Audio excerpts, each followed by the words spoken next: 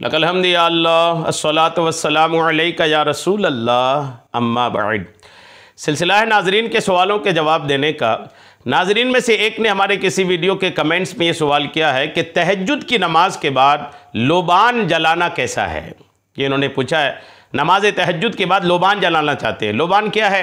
लोबान एक दरख्तों का गोंद होता है और बज़ाहिर इसमें कोई खुशबू नहीं होती, लेकिन जब उसको आग में डाल देते हैं ना, तो आग में डलने के बाद फिर इसके धुआं निकलता है जो खुशबूदार होता है। अलग अलग अंदाज के अलग अलग तरीके के बाज़ारों में मिलते हैं। ये लोबान खुशबू करने के लिए लोग इसको लगाते हैं और जलाते हैं और इससे खुशबू करते हैं।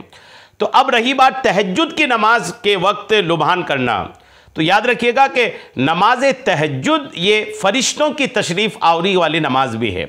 यानी जब कोई तहज्जुद पढ़ता है या पढ़ती है तो उस वक्त फरिश्ते हाजिर होते हैं उस नमाज में, और फरिश्तों को खुशबू बहुत पसंद है।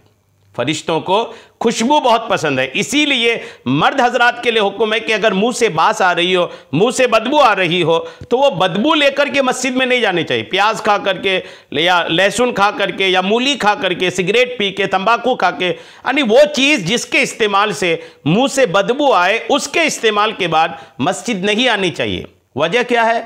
इसलिए कि मस्जिद आकर जब आप नमाज पढ़ते हैं ना, तो जैसी नमाज में कुरान की तिलावत करते हैं तो फरिश्ते अपना मुंह कुरान की तिलावत करने वाले के मुंह में लाके लगाता है। तो अब जब वो मुंह लाके लगाता है ना, तो अगर मुंह से बदबू आती है तो फरिश्तों को तकलीफ होती है, और खुशबू आती है तो फरिश्तों को फरहत महसूस होती है, फरिश्तों को अच्छा लगता है। तो फरिश्तों को खुशबू पसंद है।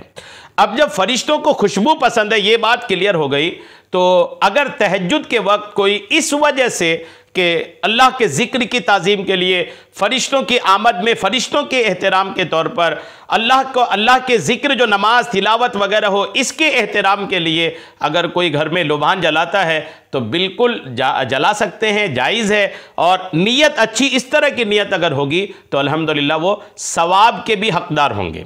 ठीक है, तो ये कोई गलत चीज़ नहीं है।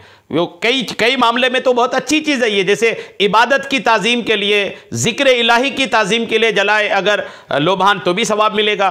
फरिश्ते आए हैं, फरिश्तों को अच्छा लगेगा, इसके लिए लोबान जलाए तो भी सवाब मिलेगा।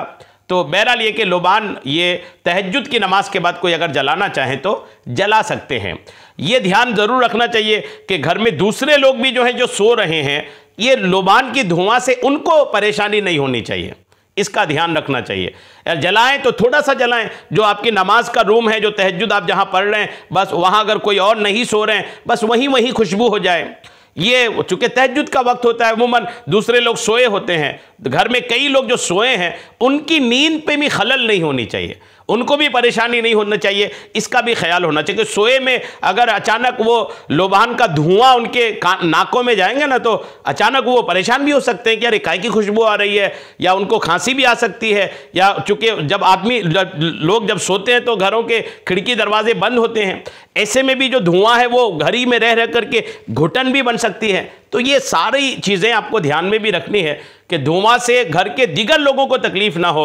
आप जिसमें तहज्जुद पढ़ रहे हैं उसी रूम के हिसाब से हल्का फुल्का आप धुआं कर लीजिए उसके लोबान का, तो इसमें कोई हरज नहीं है। नीयत अगर आपकी अच्छी होगी तो अल्हम्दुलिल्लाह आपको इसका सवाब भी मिलेगा। उम्मीद है मेरी बात आपको समझ में आ गई होगी। अल्लाह करीम हम सबको नमाज तहज्जुद की पाबंदी करने की तौफीक अता फरमाए, इसकी बरकतें अता फरमाए। आमीन बेजाहिन नबील अमीन सल्लल्लाहु ताला अलैहि वसल्लम।